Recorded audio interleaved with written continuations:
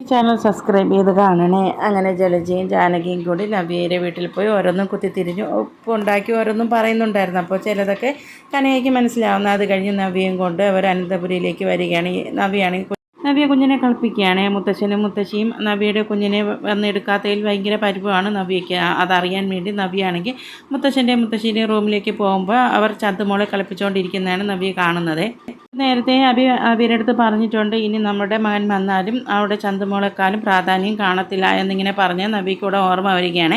അബി ഇങ്ങനെ പറഞ്ഞ കാര്യമൊക്കെ നബി മുത്തശ്ശനടുത്ത് ചോദിക്കുന്നുണ്ടായിരുന്നു, എൻ്റെ കുഞ്ഞിന് എന്താ പ്രാധാന്യം കൊടുക്കാത്ത, ഇവൾക്കാണോ പ്രാധാന്യം കൊടുക്കുന്നതെന്ന്. അപ്പോൾ മുത്തശ്ശൻ ചോദിക്കുന്നുണ്ടായിരുന്നു, എന്താ ചന്തുമോൾക്ക് പ്രാധാന്യം കൊടുത്തൂടെ എന്ന്. അപ്പോൾ നബി പറയുന്നുണ്ടായിരുന്നു, പ്രാധാന്യം കൊടുക്കാം, എന്നാലും ഞാനിവിടെ എൻ്റെ കുഞ്ഞിനെയും കൊണ്ട് ആദ്യമായി വന്നിട്ട് ആ കുഞ്ഞിനെ വന്ന് നിങ്ങൾ എടുക്കുകയോ ഒന്നും നോക്കുകയോ ചെയ്തില്ലല്ലോ എന്ന് പരിഭവം നവ്യ പറയുന്നുണ്ടായിരുന്നു. അപ്പോൾ ഇങ്ങനെ ഓരോ കാര്യങ്ങളും നേരത്തെ നവ്യയുടെ മനസ്സിൽ വെച്ച് കൊടുത്തിട്ടുണ്ട്. ഓരോ പ്രശ്നങ്ങൾ ഉണ്ടാക്കാൻ വേണ്ടി ഇങ്ങനെ ഓരോന്നും ഉണ്ടാക്കി ഇട്ടാലല്ലേ നവ്യ അവിടെ പൊട്ടിത്തെറിക്കത്തുള്ളൂ.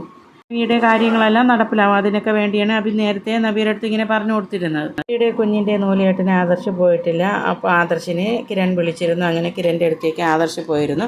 അങ്ങനെ കിരൺ ആദർശിൻ്റെ DNA റിസൾട്ട് പറയുകയാണ്. ആദർശിൻ്റെ അല്ല കുഞ്ഞ്, അബിയുടെ ആണ് കുഞ്ഞെന്ന് ആദർശ് അങ്ങനെ വലിയ സത്യം അറിയുകയാണ്. അതിനുശേഷം ആദർശ് വീട്ടിലേക്ക് വന്ന് ചന്തുമോളെ എടുത്ത് വാരി ഉമ്മ വയ്ക്കുന്നതാണ് കാണിക്കുന്നത്. ആദർശിന് ഭയങ്കര സന്തോഷമാവാണ്. ചന്തുമോള് ആദർശിൻ്റെ അല്ലാന്ന് ആദർശ് തിരിച്ചറിഞ്ഞല്ലോ. അപ്പോൾ അവൻ കുറ്റവിമുക്തനായി എന്നുള്ള കാര്യത്തിൽ ഭയങ്കര സന്തോഷമാണ്. ഇതിനുശേഷം ആദർശ് ദേവയാനിയെ വിളിച്ചോണ്ട് പുറത്തു പോയതിന് ശേഷം ആദർശ് DNA റിസൾട്ടൊക്കെ കാണിക്കുകയും എല്ലാ കാര്യവും അമ്മയോട് പറയുകയും ചെയ്യുന്നു.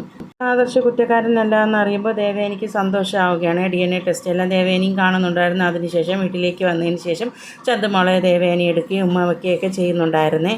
ആദർശിനോട് ദേവയാനിക്ക് ദേഷ്യമായിരുന്നല്ലോ. അപ്പോൾ ആദർശിൻ്റെ ഉള്ള ദേഷ്യവും ദേവയാനി അങ്ങ് മാറ്റുകയാണ്.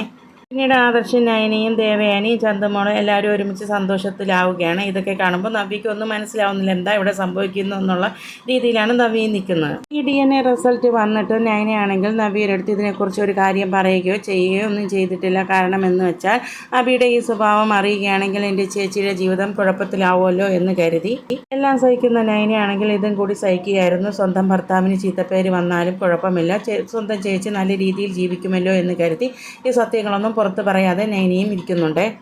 ഏതെങ്കിലും രീതിയിൽ അബിയുടെ കാര്യത്തിൽ ഒരു പ്രശ്നം വരുമ്പോൾ ഇതൊക്കെ ആദർശം എടുത്തിടുമായിരിക്കും. ഈ ചന്തുമോളാണ് അബിയുടെ അച്ഛൻ എന്നുള്ള കാര്യമൊക്കെ.